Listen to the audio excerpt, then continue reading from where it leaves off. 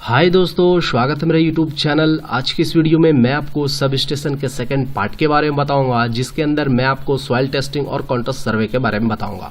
जो लोग मेरे चैनल पे नए हैं, मेरे वीडियो को पहली बार देख रहे हैं, मेरे चैनल को जरूर सब्सक्राइब कर लीजिए ताकि जब भी मैंने वीडियोज डालूं सबसे पहले आप तक पहुंचे। चलिए दोस्तों, वीडियो को स्टार्ट करते हैं। सबसे पहले हम लोग आज सॉइल टेस्टिंग देखेंगे।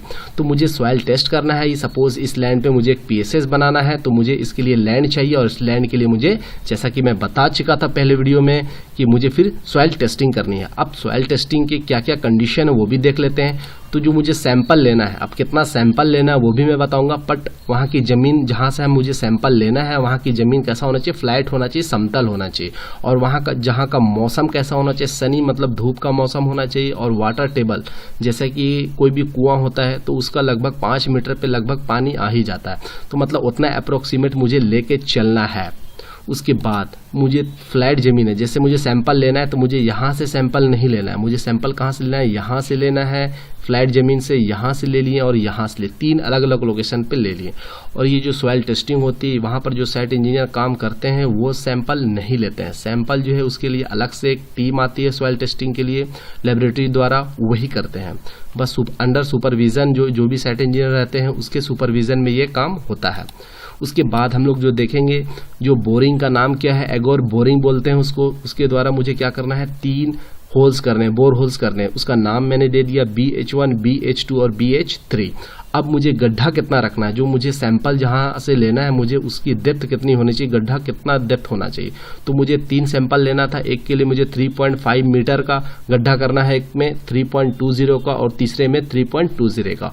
अब बात की जाए जो होल्स है उसकी डाया कितना होना चाहिए, डायमीटर कितना होना चाहिए, तो 150 mm का होना चाहिए। जैसे कि यहाँ पे एक टीम जो है यहाँ पर ये टूल से आपका गड्ढा कर रहा है, तो इसकी जो डाया दिख रहा है आपका कितना होना होगा, ये आपका 150 mm का इसका डाया होगा। उसी हिसाब से मुझे 3.5, 3.2 तीनों लोकेशन में मुझे गड्ढा कर देना पड़ेगा। उसके बाद गड्ढा करने के बाद क्या होता है कि 3 ट्यूब्स आते हैं, एक ट्यूब सिलेंड्रिकल ट्यूब्स होते हैं, तीनों में मुझे सैंपल रखना पड़ता है। तीनों सैंपल में यहाँ पर 100-100 ग्राम मिट्टी भर दी जाती है और इसे अच्छे से पैक कर दिया जाता है ताकि कोई भी किसी तरीके से नमी या हवा ना जाए। और इसका जो ट्यूब का है उसका डाया कितना होता है, 38 mm का। वो मुझे 100 ग्राम मतलब टोटल 300 ग्राम का सैंपल जाता है, तीनों ट्यूब पे 100-100 ग्राम करके।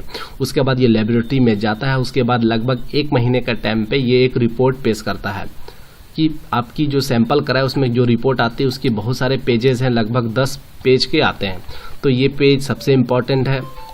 इसकी एक सैंपल मैंने रख दिया है। तो जो सॉइल टेस्टिंग करते हैं उसकी मेन मोटिव होता है क्या, मुझे बेयरिंग कैपेसिटी देखनी पड़ती है, इसकी बेयरिंग कैपेसिटी कैसी है। तो बेयरिंग कैपेसिटी जैसे यहाँ पर दिया हुआ है, बेयरिंग कैपेसिटी 18.50 MT पर स्क्वायर में, तो ये आपका दिया हुआ है। तो इसके अब मुझे कैसे पता लगाना है, ये जो आपका सेफ यहाँ पर देखिए नीचे में लिखा हुआ, since the settlement is less than permissible is safe. ठीक है, जैसे कि आपका सेटलमेंट कितना आ रहा है 3 mm और ये आपकी परमिजिबल कितना आ रहा है 40 mm। तो ये क्या होना, सेटलमेंट जो है हमेशा कम होना चाहिए परमिजिबल से, जो कि यहाँ पर कम भी है। तो इसलिए इसे बताया जा रहा है कि यहाँ पर आप सेफ है, यहाँ पर आप सब स्टेशन बना सकते हैं। तो अगर बियरिंग कैपेसिटी अगर सेफ नहीं होता है, उसके बावजूद भी अगर PSS बना दिया जाता है तो PSS के धंसने के चांसेस बढ़ जाते हैं, क्योंकि वहाँ पर इतने भारी भारी इक्विपमेंट्स लगे होते हैं। तो क्या होता है कि ज़्यादा वाइब्रेट करता है, वाइब्रेट होने की वजह से PSS थोड़ा डाउन हो सकता है, धंस सकता है। तो इस बात पे हमें ध्यान रखना चाहिए। तो मुझे सॉइल टेस्टिंग से कोई भी पूछेगा सॉइल टेस्टिंग क्यों करते हैं, तो मुझे सॉइल की बेयरिंग कैपेसिटी चेक करने के लिए।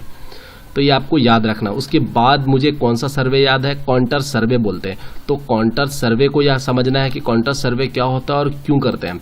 तो जैसा कि ये काउंटर सर्वे, मैंने सॉइल टेस्टिंग करा ली, उसके बाद मुझे काउंटर सर्वे किया जाता है। तो काउंटर सर्वे क्यों करते हैं, काउंटर सर्वे से क्या करते हैं, मुझे पूरा लैंड को क्या करना पड़ता है ताकि लैंड को जो है फ्लैट बनाया जा सके। तो जब भी देखे होंगे आप कोई भी PSS बन रहा होगा तो उसकी ज़मीन जो क्या होती है पूरी फ्लैट होती, लेबल होती, तो होती नहीं, उसे लेबल किया जाता है। तो काउंटर सर्वे से मुझे ये पता चलता है कि कितनी मिट्टी जो है यहाँ पर फिल करानी पड़ेगी, क्योंकि लैंड आपका हर जगह आपकी फ्लैट रहेगी नहीं, उसे फ्लैट किया जाता है। तो वहाँ पर मिट्टी फिल की जाती है। तो वहाँ पर इसकी भी एक टीम आती है, वो भी आपकी, जैसे कि यहाँ पर ये देखिए सर्वे, आपकी सर्वे इंस्ट्रूमेंट है, यहाँ पर इसको बोलते हैं ट्राइपॉड। और ये एक आदमी और खड़ा है यहाँ पर प्रिज्म लेके, इससे ये लेवल चेक करता है, ग्राउंड लेवल कितना है, उसी हिसाब से सारे जगह, सारे कोने पे और भी बहुत 8-10 जगह से ये जो है सर्वे करते हैं, कॉन्ट्रास्ट सर्वे। उसके बाद कुछ दिन बाद, हफ्ते 10 दिन बाद एक रिपोर्ट पेश करते हैं कि लगभग मुझे इतना मिट्टी यहाँ पर इतना फिल कराना पड़ेगा। तो इससे आंकड़ा पता चल जाता है कि कितनी मिट्टी फिल करानी, उसी हिसाब से मिट्टी गिराकर और यहाँ पर मिट्टी को अच्छी से फिल की जाती है। अगर दोस्तों मेरे वीडियो आपको अच्छा लगा हो तो वीडियो को लाइक जरूर करें और ज़्यादा से ज़्यादा शेयर करें। Thank you for watching my video. Good luck and have a nice day.